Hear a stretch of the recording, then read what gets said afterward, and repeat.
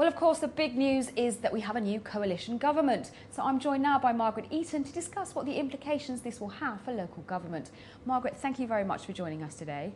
Now, Margaret, from a local government perspective, what's your reaction to the new government? Well, I do feel that both the parties who've come in coalition do have a belief in localism, the idea that decisions taken nearer to the people that are served is the best way forward. So it's early days, but I look forward very much to seeing how we can translate their belief in localism with our preparations and understanding about how we can do things differently to get better quality services nearer to the people that we serve.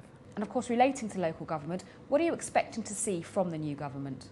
Well, we've done a lot of work on freedom to lead, which actually has been paving the way to say that give us the opportunity, give us the way that enable us to make decisions locally, and we can really provide excellent services more cost effectively. So how that's translated by government with us into a partnership around freedom to lead is really going to be most challenging and exciting.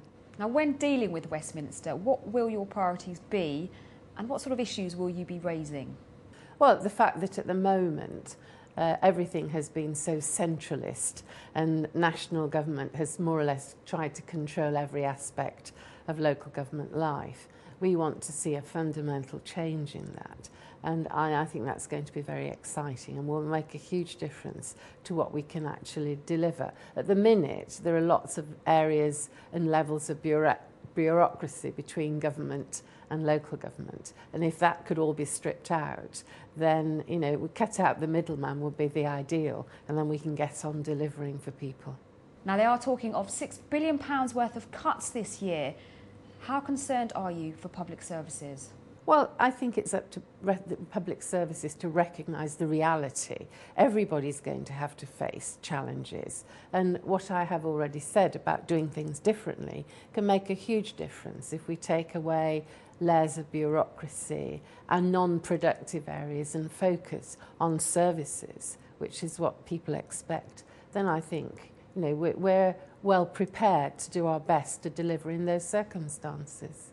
Now, out of the new Lib-Con deal comes news that the parties will promote greater autonomy or financial autonomy to local authorities. What do you make of this? Well, that's exactly what I've just been saying to you, the way that we can all look at doing things differently and government not feeling the need to control and send down various complicated routes before money gets to local government, by which time a lot of the resources actually already gone in the bureaucracy. If we can cut out the middleman and they do believe what they say, then we can actually welcome that statement and get on with trying to deliver better services more effectively at less cost. Well, Margaret, as always, it's a real pleasure to speak to you. Thank you very much for joining us. My pleasure.